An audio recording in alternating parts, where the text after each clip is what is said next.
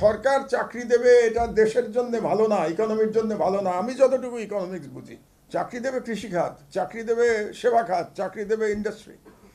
দুর্ভাগ্যের বিষয় হলো এক্সপোর্ট কমে যাচ্ছে। That's a bad sign. Sheikh হাসিনার সরকারে আমরা অনেক উন্নয়নের গল্প বলেছি। এই যে একজন আমাদের মেম্বার অফ দ্য পার্লামেন্ট তিনি উন্নয়নের প্রসঙ্গ তুলেছেন, এটার আমার জবাবটা আমি দিব আপনাকে, যে এই উন্নয়নের গল্পটা কত হলো এর আমি প্রমাণ আপনাকে স্ট্যাটিস্টিক্স থেকেই আমি দিয়ে দেবো, যে ইটস অল বুলশিট, এটা সব হলো।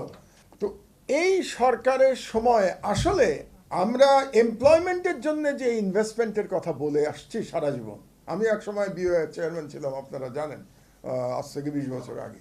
তো আমরা যেটা বলতাম যে কোয়ালিটি ইনভেস্টমেন্ট বাংলাদেশের জন্য কোনটাকে বলতাম আমরা, যেখানে এমপ্লয়মেন্ট জেনারেশন হবে।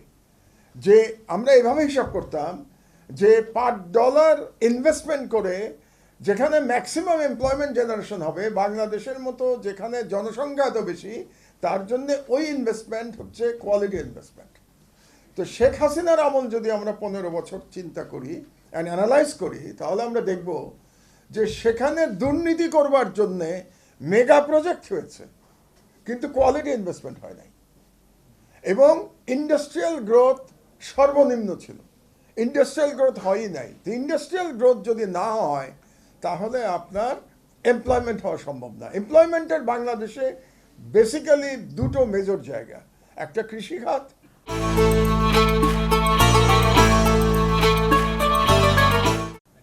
আর একটা হচ্ছে আপনার ইন্ডাস্ট্রিয়াল খাত। তো ইন্ডাস্ট্রি যদি না টিকে আপনি এমপ্লয়মেন্ট করতে পারবেন না। গভর্নমেন্ট পলিটিক্যালি বলতে পারে আমি 1 কোটি লোক 2 কোটি লোককে চাকরি দিবে, গভর্নমেন্ট কোনোদিন চাকরি দেয় না, চাকরি দেয় প্রাইভেট সেক্টর।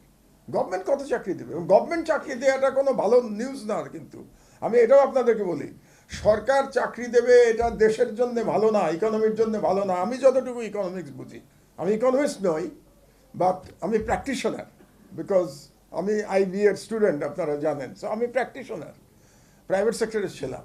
সুতরাং সরকারি চাকরি কোনো ভালো খবর না। কেন না? সরকারি চাকরি মানে একটু আগে যেটি ইঙ্গিত করছিলেন আবু আহমেদ ভাই, সেটা হলো আমাদের এক্সপেন্ডিচার বেড়ে যাওয়া। সরকারি চাকরি মানে বেতন দিতে হবে, সরকারি চাকরি মানে, আর এক্সপেন্ডিচার যদি বাড়ে, এক্সপেন্ডিচারের টাকা কোত্থেকে আসবে? আপনার আমার ট্যাক্সের পয়সা থেকে এক্সপেন্ডিচারের পয়সা আসবে। কাজে সরকারি চাকরিটা শুনতে ভালো লাগে ফর পলিটিক্যাল স্লোগান, কিন্তু আমি অ্যাজ এ প্র্যাকটিশনার ইকোনমিস্ট আমি ভয় পাই সরকারের চাকরি। চাকরি দেবে প্রাইভেট সেক্টর, চাকরি দেবে কৃষি খাত, চাকরি দেবে সেবা খাত, চাকরি দেবে ইন্ডাস্ট্রি। দুর্ভাগ্যের বিষয় হলো এক্সপোর্ট কমে যাচ্ছে। That's a bad sign. Export কমে যাওয়ার অনেক কারণ আছে, তার মধ্যে একটা বেসিক কারণ হলো যে আমরা গত 20-25 বছরে আমরা এক্সপোর্ট বাস্কেটটাকে ডাইভার্সিফাই করতে পারি নাই। তো এক্সপোর্ট বাস্কেট যদি আমি ডাইভার্সিফাই করতে না পারি তাহলে আমার এক্সপোর্ট করতে হবে। কেমনে পারবে এক্সপোর্ট?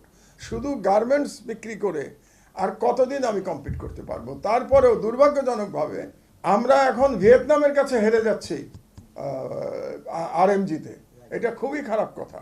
আরএমজি, আমরা ভিয়েতনামের উপরে ছিলাম, এই ফাইন্যান্সিয়াল ইয়ারে আমরা ভিয়েতনামের নিচে নেমে গেছি। এটা যারা এখানে গার্মেন্টসের যদি কেউ থাকেন তিনি জানবেন যে আমি ঠিক কথা বলেছি। কারণ এর আগে এরকম ছিল ব্যাপারটা, চায়না 1 নম্বর, বাংলাদেশ 2 নম্বর, ভিয়েতনাম 3 নম্বর। আমরা এখন ভিয়েতনামের নিচে নেমে গেছি। It's a dangerous sign. তার মানে আপনার এক্সপোর্ট ইজ গোয়িং ডাউন। তো এক্সপোর্ট গোয়িং ডাউন, এক তো হচ্ছে আমার রেভিনিউ কমে যাচ্ছে, current deficit current account deficit একটা কথা আছে। তো কারেন্ট অ্যাকাউন্ট ডেফিসিট আমার বাড়বে যদি আমার এক্সপোর্ট কমে যায়, কারণ আমার ইনকাম কমে যাচ্ছে। শুধু রেমিটেন্স দিয়ে আমি কারেন্ট অ্যাকাউন্ট ডেফিসিট আমি সলভ করতে পারবো না, আমার এক্সপোর্ট লাগবে। তো এক্সপোর্ট কমে যাচ্ছে। তো এক তো হলো আমার কারেন্ট অ্যাকাউন্ট ডেফিসিট বাড়বে, 2 নম্বর হলো আমার এমপ্লয়মেন্ট কমে যাচ্ছে। কারণ এক্সপোর্ট কমে যাওয়া মানে আরও গার্মেন্টস ইন্ডাস্ট্রি বন্ধ হয়ে যাবে। যদি তারা এক্সপোর্ট করতে না পারে তাহলে আমার আরও কমে যাবে। সুতরাং এই গভর্নমেন্টের যেটা প্রায়োরিটি হওয়া উচিত সেটা হলো আমার এক্সপোর্ট বাড়তে হবে। তার জন্যে এখন যেগুলো আরএমজি আছে সেটার কিভাবে বাড়ে এটা চিন্তা করতে হবে, এবং এক্সপোর্ট বাস্কেট ডাইভার্সিফাই করতে হবে। So that's a job, big job. এবং এটা যদি সরকার করতে পারে এটা বেটার দেন লেটস সে 10,000 লোককে সরকার চাকরি দিয়ে দিল। তার থেকে এটা অনেক বেটার হবে জাতির জন্যে, যদি আমরা এক্সপোর্ট বাড়াতে পারি চাকরি দেওয়ার চেয়ে। আচ্ছা, এটা গেল এক্সপোর্টের ব্যাপারে। ট্যাক্স জিডিপি রেশিও নিয়ে আমরা অনেক আলোচনা করেছি। আসলেই আমাদের ট্যাক্স জিডিপি রেশিও কিন্তু লজ্জাজনক, এত কম। এই ট্যাক্স জিডিপি রেশিও দিয়ে কোনো রাষ্ট্রের চলা সম্ভব না। কাজে ট্যাক্স আমার বাড়াতে হবে, কোন পদ্ধতিতে বাড়াতে হবে। আবার বললাম যে আজকে আমরা যেহেতু সময় নাই, এই জন্যে আমরা সেক্টরাল ডিসকাশন করতে পারবো না। সেটা নিয়েও আলোচনা করতে পারতাম আমরা, যে ট্যাক্স কীভাবে বাড়ানো সম্ভব, কিন্তু আজকে সেটার সময় নাই। কিন্তু বাড়াতে হবে definitely. Tax GDP ratio minimum আপনার ডাবল ডিজিটে তো যেতে হবে। ঠিক আছে, আমি বেশি পারবো না। ওই কোরিয়ার মতো একজন বললেন 30%, ওটাও দরকার নাই। আমরা আগে 10%-এ আসি। 10%-এ আসলে পরেই আমার মনে হয় অনেক উন্নতি হয়ে যাবে।